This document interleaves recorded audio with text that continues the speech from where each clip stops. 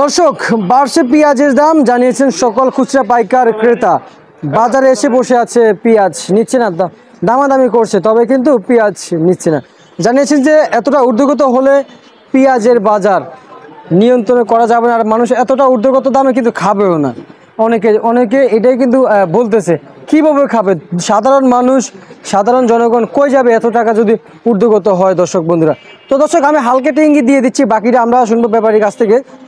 বর্তমানে কিন্তু পাইকারি মার্কেটে পেঁয়াজ রয়েছে, যে দেশি পেঁয়াজ পাবনা, এখানে পড়তা পড়ে 115 টাকা। তাহলে পাইকারি খুচরা বাজারে কত টাকা করে বিক্রি হবে এবং এখানে আসতে কত টাকা খরচ অথবা কত করে বিক্রি হচ্ছে সেটাই জানাবো দর্শক বন্ধুরা।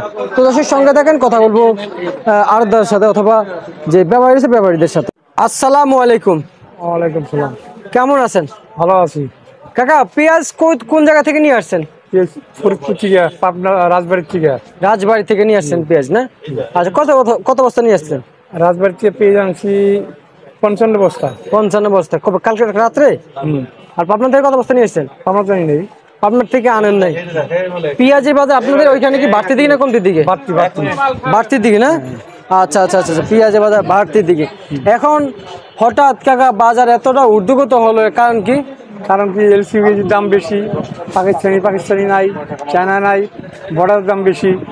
দেশি পেঁয়াজ 4400 টাকা, 4400 টাকা, 4300 টাকা। ঠিক আছে। খরচ হয় কেজি 5 টাকা। 5 টাকা? হ্যাঁ। আচ্ছা আচ্ছা, বুঝতে পারছি। গাড়ি ভাড়া সব তো আপনাদের ভিতরে আছে? হ্যাঁ, 5 টাকা গাড়ি ভাড়া সব, এগুলো সকল আপনাদের ভিতরে আছে।